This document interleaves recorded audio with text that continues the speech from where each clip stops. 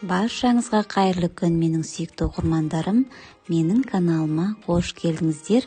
Бүгін сіздермен өте дәмді, ауызда еритін песочный тестомен жасалған апельсино-лимоновый пирогтың рецептін ұсынғалы отырмын. Өте дәмді, жақындарыңызды осындай ерекше пирогпен қуансаңыздар болады. Достар, қазақша контенттің алға жылжуына өз үлестеріңізді қоссаңыздар болады. Осы видеомен достарыңызбен бөлісе кетіп, лайк, комментарий жазуды ұмытпайық. Егер де каналыма тіркелмеген болсаңыздар, тіркелуді де ұмытпаңыздар.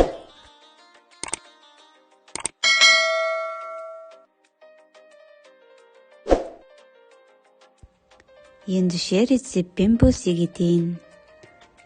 Ұнымызға майымызды қосып аламыз. Сахарный пудрамызды қосып алдық. Енді жақсылап араластырыңыздар. Қопсытқышымызды қосып аламыз. Және қаймағымыз 20%, 25% болса да болады. Жұмыртқамызды қосып, жұмсақ қамыр қылып илеп аламыз.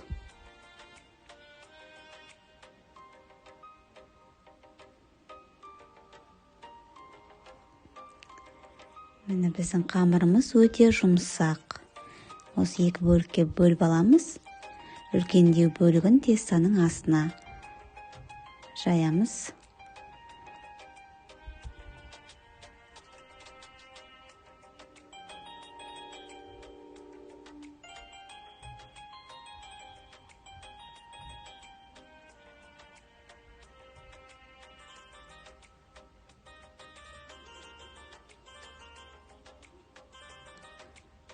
Пирогқа осындай ыдыс қолдансаңыздар, өте әдемі және ыңғайлы.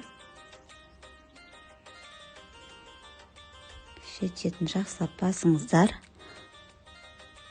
Артық қамырын шет-шетіне жалғап жібересіздер.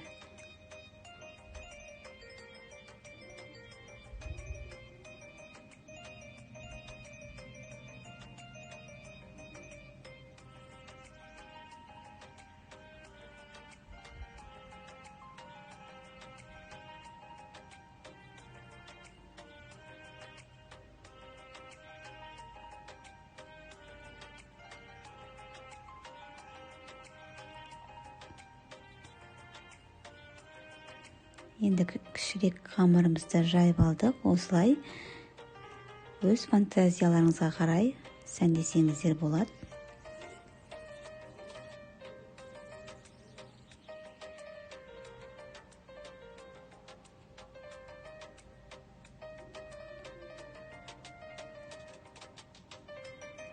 Енді начинкасына 2 апельсин, ішіндегі дәндерін тазалап алыңыздар, және 1 лимон қосамыз.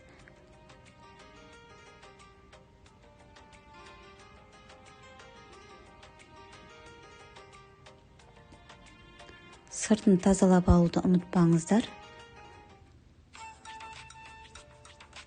Ішіндегі дәндерін алып тастауды ұмытпаңыздар. Міне лимонымыз да дәл солай. Енді 1 стакан суға қойып, 6 минут қайнатып алыңыздар. Содан кейін суын төгіп тастап, оған шекерімізді қосып, жақсылап блендерлеп аласыздар. Содан соң оған крахмалымызды қосып, араластырып алыңыздар. Ірітігі қалмастай жақсылап араластырып алыңыздар.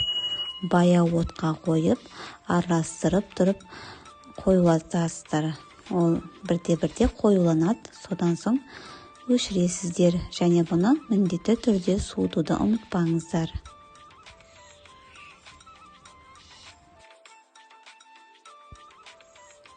Міне біздің начинкамыз қоюланды, суыды. Пирогымызға бір-екі қылып осылай жайып аласыздар.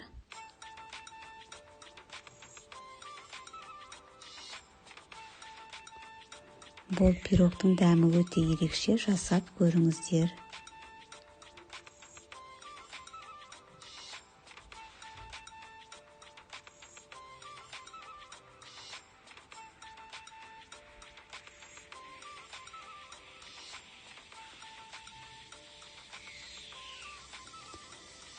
бетін өз қалауларыңыз бойынша әсемдесеңіздер болады.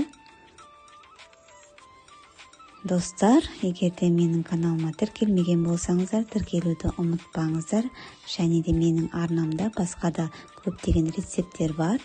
Соны да көріп, өз достарыңызбен бөліссеңіздер болады.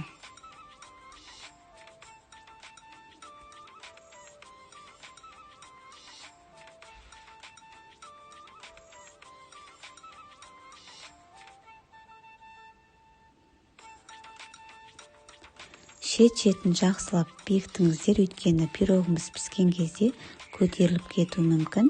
Сондықтан шетін басуды ұмытып кетпеңіздер.